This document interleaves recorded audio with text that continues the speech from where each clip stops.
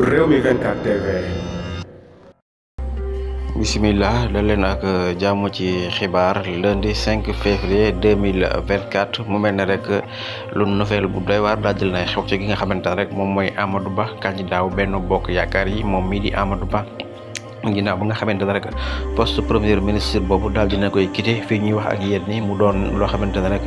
ñu bari rek jaaxal na leen Amadou Ba mi nga xamante ne rek moom moo nekk premier ministre ci gouvernement bu Macky Sall nekk it candidat ci présidentielle 2024 fii ñuy wax ak yéen ni tey jii tombé ak lundi 5 février 2024 moom mii di Amadou Ba daal dina rek quitté ci poste premier ministre boobu nga xamante ne moom lañ ko jox mu doon loo xamante ne askan bi yëpp rek jamono yi ñu ngi xaar assemblée nationale lan moo fa nar a tukkee ginnaaw ba nga xamante ne rek fi mu toll ni ñëpp ña ngay voté rek ngir rek mën a def loi boo xamante ne rek dañuy permettre Macky Sall moom mën a rek def année élection yi ñu bari ci député yu fare ci pouvoir bi waaye askan bi nag bàyyi wuñ leen benn yoon waaye fii ñuy wax ak yéen daal kii di Amadou Ba moom premier ministre daal dinay quitté ci poste boobu.